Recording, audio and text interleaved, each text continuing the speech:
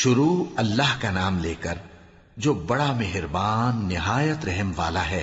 سب تعریف اللہ ہی کو ہے جس نے اپنے محبوب بندے محمد صلی اللہ علیہ وآلہ وسلم پر یہ کتاب نازل کی اور اس میں کسی طرح کی گجی اور پیچیدگی نہ رکھی، بلکہ سیدھی اور سلیس اتاری تاکہ لوگوں کو عذاب سخت سے جو اس کی طرف سے آنے والا ہے ڈرائے، اور مومنوں کو جو نیک عمل کرتے ہیں خوشخبری سنائے کہ ان کے لیے ان کے کاموں کا نیک بدلہ یعنی بہشت ہے جس میں وہ ہمیشہ رہیں گے، اور ان لوگوں کو بھی ڈرائے جو کہتے ہیں کہ اللہ نے کسی کو بیٹا بنا لیا ہے۔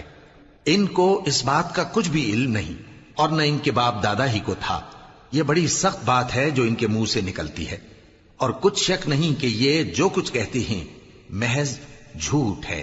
اے پیغمبر، اگر یہ اس کلام پر ایمان نہ لائیں تو شاید تم ان کے پیچھے رنج کر کر کے اپنے تئیں ہلاک کر دو گے۔ جو چیز زمین پر ہے ہم نے اس کو زمین کے لیے زینت بنایا ہے تاکہ لوگوں کی آزمائش کریں کہ ان میں کون اچھے عمل کرنے والا ہے، اور جو چیز زمین پر ہے ہم اس کو نابود کر کے بنجر میدان کر دیں گے۔ کیا تم خیال کرتے ہو کہ غار اور لوح والے ہماری نشانیوں میں سے عجیب تھے؟ جب وہ نوجوان غار میں جا رہے تو کہنے لگے کہ اے ہمارے پروردگار، ہم پر اپنے ہاں سے رحمت نازل فرما اور ہمارے کام میں درستی کے سامان مہیا کر۔ تو ہم نے غار میں کئی سال تک ان کے کانوں پر نیند کا پردہ ڈالے رکھا، یعنی ان کو سلائے رکھا، پھر ان کو جگا اٹھایا تاکہ معلوم کریں کہ جتنی مدت وہ غار میں رہے دونوں جماعتوں میں سے اس کی مقدار کس کو خوب یاد ہے۔ ہم ان کے حالات تم سے صحیح صحیح بیان کرتے ہیں۔ وہ کئی نوجوان تھے جو اپنے پروردگار پر ایمان لائے تھے، اور ہم نے ان کو اور زیادہ ہدایت دی تھی، اور ان کے دلوں کو مربوط یعنی مضبوط کر دیا۔ جب وہ اٹھ کھڑے ہوئے تو کہنے لگے کہ ہمارا پروردگار آسمانوں اور زمین کا مالک ہے، ہم اس کے سوا کسی کو معبود سمجھ کر نہ پکاریں گے۔ اگر ایسا کیا تو اس وقت ہم نے بے عقلی کی بات کی۔ ان ہماری قوم کے لوگوں نے اس کے سوا اور معبود بنا رکھے ہیں، بھلا یہ ان کے معبود ہونے پر کوئی کھلی دلیل کیوں نہیں لاتے؟ تو اس سے زیادہ کون ظالم ہے جو اللہ پر جھوٹ باندھے؟ اور جب تم نے ان مشرکوں سے اور جن کی یہ اللہ کے سوا عبادت کرتے ہیں ان سے کنارہ کر لیا ہے تو غار میں چل رہو، تمہارا پروردگار تمہارے لیے اپنی رحمت وسیع کر دے گا اور تمہارے کاموں میں آسانی کے سامان مہیا کرے گا۔ اور جب سورج نکلے تو تم دیکھو کہ دھوپ ان کے غار سے داہنی طرف سمٹ جائے، اور جب غروب ہو تو ان سے بائیں طرف کترا جائے، اور وہ اس غار کے کشادہ حصے میں تھے۔ یہ اللہ کی نشانیوں میں سے ہیں، جس کو اللہ ہدایت دے وہ ہدایت یاب ہے، اور جس کو گمراہ رہنے دے تو تم اس کے لیے کوئی دوست راہ بتانے والا نہ پاؤ گے۔ اور تم ان کے متعلق خیال کرو کہ وہ جاگ رہے ہیں حالانکہ وہ سوتے ہیں، اور ہم ان کو دائیں اور بائیں کروٹ بدلاتے تھے، اور ان کا کتا چوکھٹ پر دونوں ہاتھ پھیلائے ہوئے تھا۔ اگر تم ان کو جھانک کر دیکھتے تو پیٹ پھیر کر بھاگ جاتے اور ان سے دہشت میں آ جاتے۔ اور اسی طرح ہم نے ان کو اٹھایا تاکہ آپس میں ایک دوسرے سے دریافت کریں۔ ایک کہنے والے نے کہا کہ تم یہاں کتنی مدت رہے؟ انہوں نے کہا کہ 1 دن یا اس سے بھی کم۔